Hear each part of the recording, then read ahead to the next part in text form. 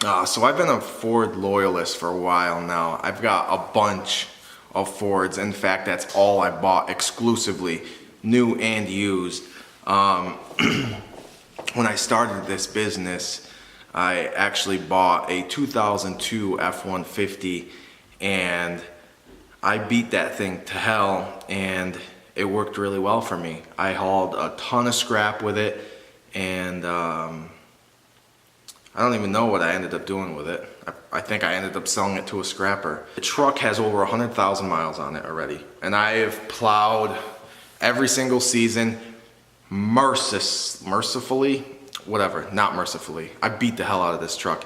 And we've been stuck up to the frame so many times, and I've rocked this thing back and forth, and I've beat it, and I've over-revved the engine, and the transmission's fine. The engine's fine.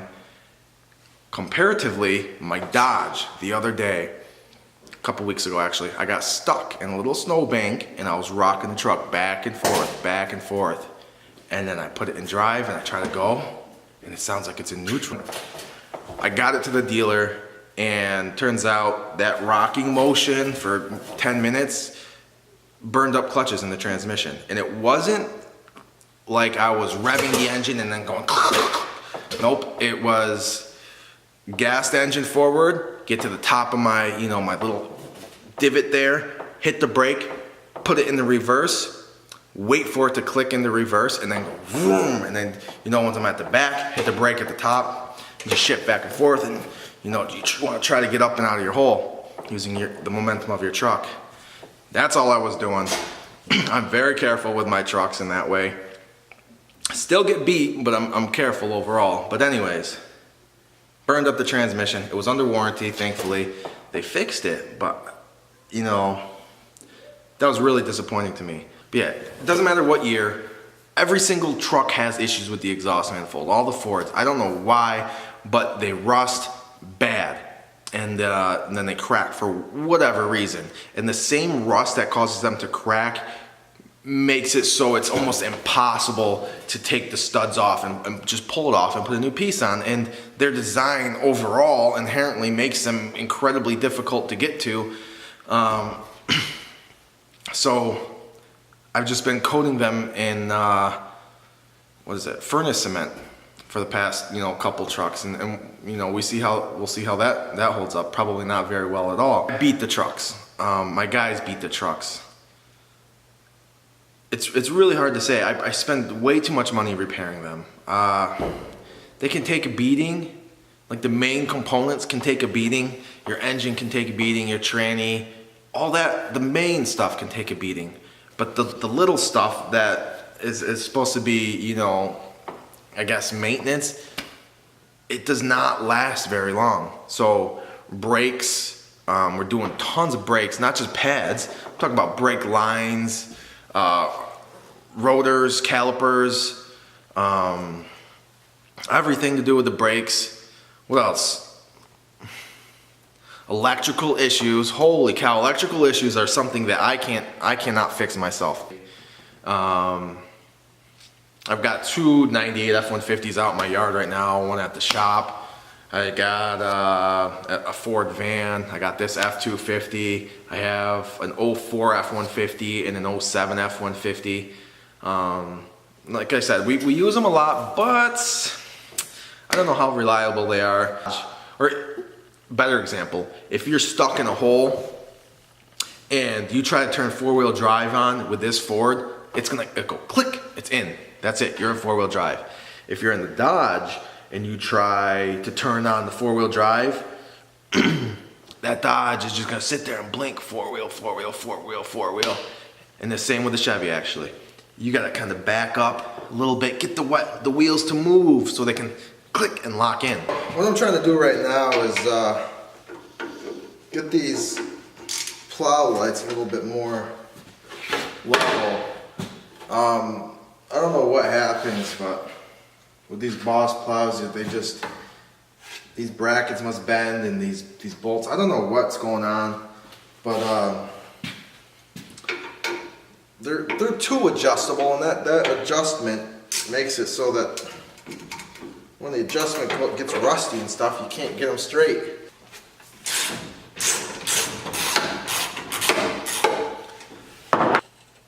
The normal, see, so this is the normal holes. This is where the holes match up right here.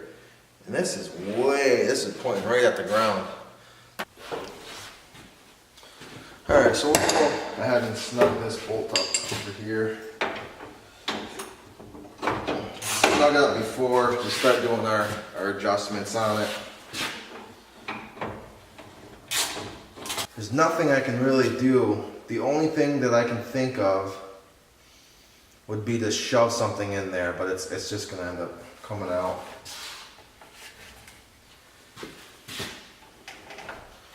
Could do that and lower this one a little bit. Actually, that looks pretty good. Doesn't have to be perfect. It's okay if you blind some people when you're driving. No, these lights are dim anyway, so you can't really tell. It don't bother anybody.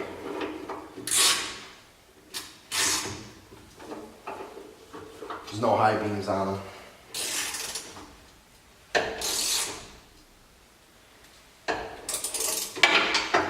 Go ahead and tighten up these other ones and find a bolt for that side, so we have two on each side. You can see this one's missing the weather gasket around here. I don't know where that went. One of my guys lost it last season. I assume Tractor Supply is a store that everybody has somewhere near them, or you must have something like Tractor Supply. And I know they just opened Runnings around here, which is great. They're like a bigger Tractor Supply. But the good thing about these stores, and I don't know how many people take advantage of this, but they have bulk bolts and nuts and washers, all different grades and stuff like that, and it's actually pretty cheap. I'll go in there, you know, twice a year and spend $50 each time and just get a bunch of different nuts and bolts. And if I pull something off or I have extra of something, I always save it.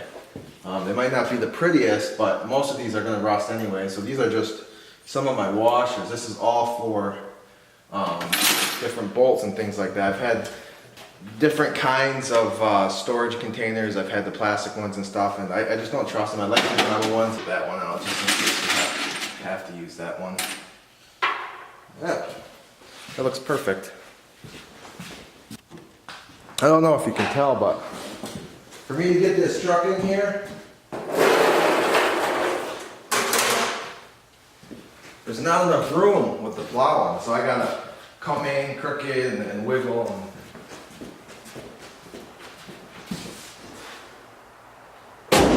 It'll be fun seeing how much stuff I destroy on the way out.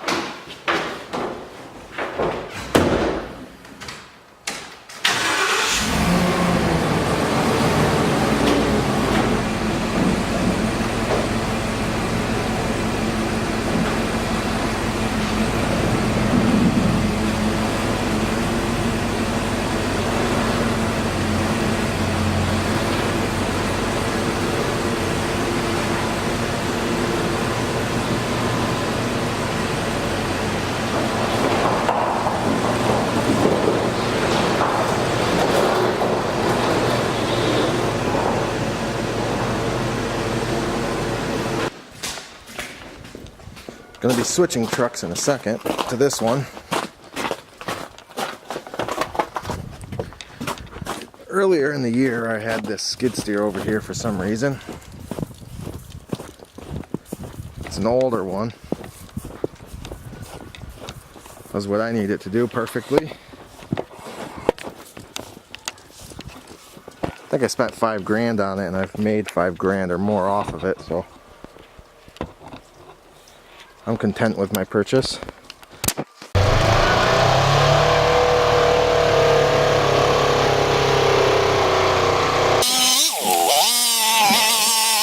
Where are you going? I'm going to the hardware store. Why? I need to get some spray foam for the chicken coop. Why?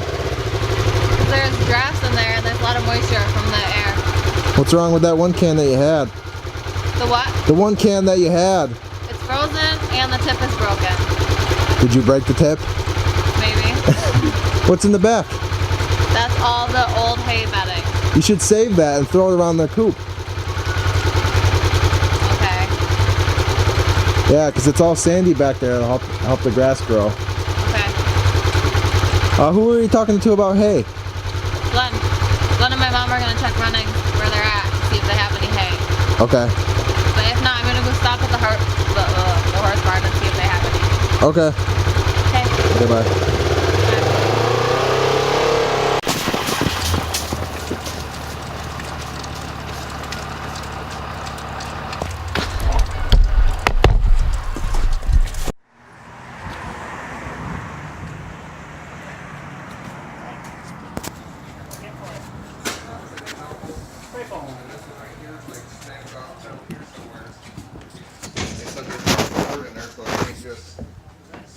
Right, is it a fuse wrong or something?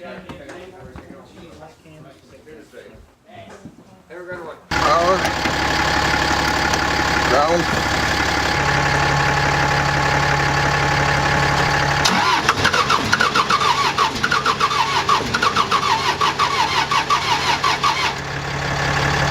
Oh, it's going.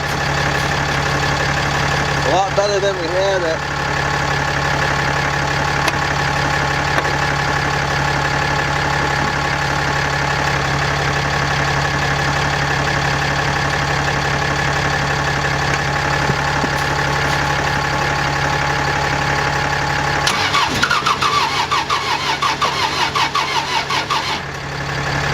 We'd have to grab another can.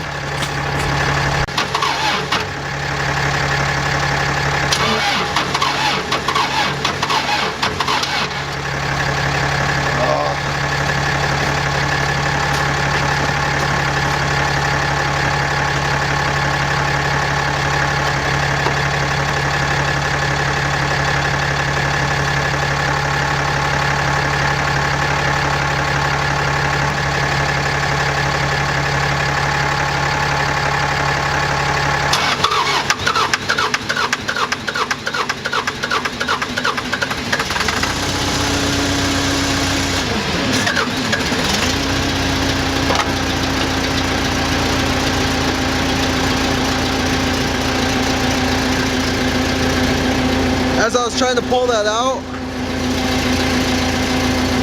I pulled some wires off the ignition and I was just trying to put them on and it just started turning over by itself. So I pretty much hot wired the ignition. It's running now.